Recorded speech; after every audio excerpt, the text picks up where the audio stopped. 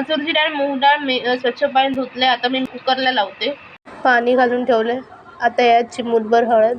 आता गॅस पेटवायचा आणि याला 2 शिट्ट्या द्यायची. ही चिंच ठेवली भिजून, अर्धा तासासाठी ठेवते. चिंचेचा खोळ करायला. टोप तापायला ठेवले. टोप तापले. आता मी तेल घालते यात.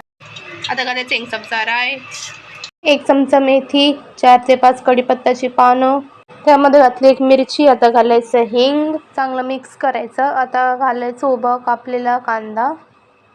गॅस लो करायचा आणि चांगलं परतायचा कांदा. आता ही मिरची घालायची, लाल मिरची, टमाटर घालायचं. आता यात मसाले घालायचे. 1 चमचा जिरा पावडर, काश्मीरी लाल मसाला 1 चमचा, हळद चिमूटभर, सगळे मसाले चांगले मिक्स करायचे. आता यात मी 2 चमचे सांबार मसाला घातलाय. आता मी यात भाज्या घालायला घेते. आता यात शेंगा घालायचा आणि भोपळा घालायचा. तुम्हाला कुठलीही भाजी घालायची असेल तुम्ही गाजर घालू शकतात, वांगी वगैरे घालू शकतात. मी अर्धा तास चिंच भिजून ठेवलं होतं, त्याचं पाणी घालते आणि चांगलं त्याला मिक्स करते. आता 1 ग्लास पाणी घालायचा आणि चांगलं शिजू दे, चांगलं बॉईल होऊ दे. 5 मिनटं आता मी झाकून ठेवते मीडियम फ्लेमवरती. आता एके साईडला बघा मी शिट्टी दिली होती डाळीची, ते बघा डाळ शिजून आता कशी झाली आहे, सुकं झालं. आता मी वरून पाणी घालते. 5 मिनटं झाली. आता मी बघते कशी झाली. हे बघा आता बघते शिजले की नाही शिजले. बघा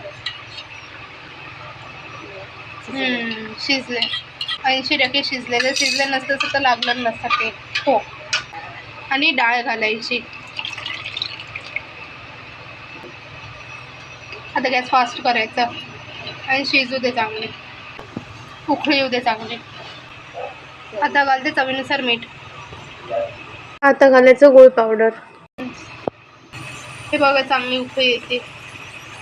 आता अजून 5 मिनटं शिजू दे, कारण ते 80%च भाजी शिजले आहेत ना म्हणून. सांबार रेडी झाला तर मी सर्व करते. ते बघा सांबार रेडी झालाय, मस्त झाले. ट्राय करा आणि कमेंट करून सांगा कसं झाले हे सांबार. आणि तुम्ही पण करा, तुम्हाला नक्की आवडेल. आणि असं छान छान रेसिपीज बघण्यासाठी सानियाज किचनला लाईक शेअर सबस्क्राईब करा. इतरांनाही शेअर करा रेसिपी. चला भेटू पुढच्या रेसिपीला. बाय.